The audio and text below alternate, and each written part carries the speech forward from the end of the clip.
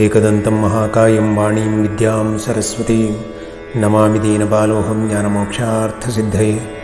ಆದಿನಾರಾಯಣಂ ವಿಷ್ಣುಂ ಬ್ರಹ್ಮಾಣಂ ಚ ವಸಿಷ್ಠಕಂ ಶ್ರೀರಾಮಂ ಮಾರುತಿಂ ವಂದೇ ರಾಮದಾಸಂ ಚ ಶ್ರೀಧರಂ.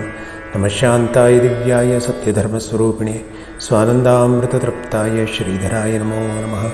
ಜಗತ್ಕಲ್ಯಾಣಕಾರ್ಯಾಯ ನರರೂಪಧರಾಯ ಚ ಯೋಗಿರಾಜಾಯ ವಂದ್ಯಾಯ ಗುರುದಾಸಾಯ ತೇ ನಮಃ.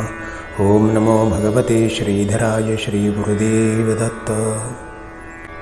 ಗುರುಣಾಂ ಸದ್ಗುರುಃ ಖ್ಯಾತಂ ಜ್ಞಾನಿನಾಂ ಉತ್ತಮೋ ಯತಃ ಭಗವಾನ್ ನಾಮ ಇತಿ ಖ್ಯಾತಂ ತಮಹಂ ಶ್ರೀಧರಮಾಶ್ರಯೇ ಗುರುದೇವದತ್ತ. ಗುರುಗಳಲ್ಲಿ ಸದ್ಗುರು ಎಂದು ಖ್ಯಾತರಾದ, ಜ್ಞಾನಿಗಳಲ್ಲಿ ಉತ್ತಮ ಜ್ಞಾನಿಗಳೂ ಎಂದೆನಿಸಿರುವಂಥ, ಭಗವಾನ್ ಎಂಬ ಹೆಸರಿನಿಂದ ಪ್ರಸಿದ್ಧರಾಗಿರುವಂಥ ಸದ್ಗುರು ಶ್ರೀ ಶ್ರೀಧರ ಸ್ವಾಮಿಗಳನ್ನು ಆಶ್ರಯಿಸ್ತೇನೆ. ನಮ್ಮ ಅಂತರಂಗವೆಂಬ ನಿರ್ಮಲವಾದ ಆಕಾಶಕ್ಕೆ ಮುಸುಕಿದಂಥ ಅಜ್ಞಾನವೆಂಬ ಕಪ್ಪು ಮೋಡಕ್ಕೆ ಪ್ರಚಂಡ ಮಾರುತ ಅಂದರೆ ಅದು ಸದ್ಗುರು ಬೋಧೆ, ಸದ್ಗುರು ತತ್ವ. ಮೋಹ ಎನ್ನುವಂಥ ಮದ್ದಾನೆಯ ಸಮೂಹಕ್ಕೆ ಧೀರ ಸದ್ಗುರುವಿನ ಕೃಪಾದೃಷ್ಟಿಯೇ ಸಿಂಹ ಸದೃಶವಾಗಿರುತ್ತದೆ.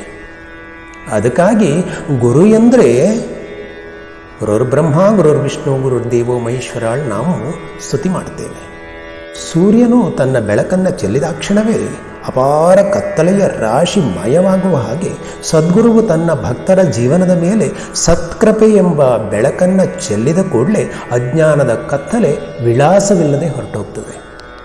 ಜ್ಞಾನದ ಬಲದಿಂದ ಅಜ್ಞಾನದ ಕೇಡ ನೋಡಯ್ಯ ಹೇಳ್ತಾರೆ. ಜ್ಯೋತಿಯ ಬಲದಿಂದ ತಮಂಧದ ಕೇಡ ನೋಡಯ್ಯ.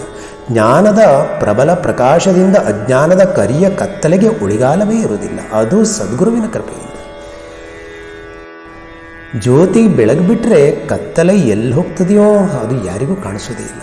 ಹಾಗಾದರೆ ಆ ಜ್ಞಾನದ ಬೆಳಕು ಯಾರಲ್ಲಿದೆ ಅಂದರೆ ಸದ್ಗುರುವಿನಲ್ಲಿದೆ.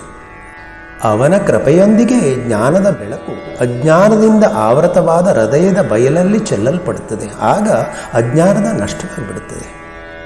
ಜ್ಞಾನದ ಬೆಳಕನ್ನು ಕೊಡುವಂಥ ಸಾಕಾರ ಸೂರ್ಯ ಅಂದರೆ ಅವನು ಸದ್ಗುರುವೇ ಸರಿ.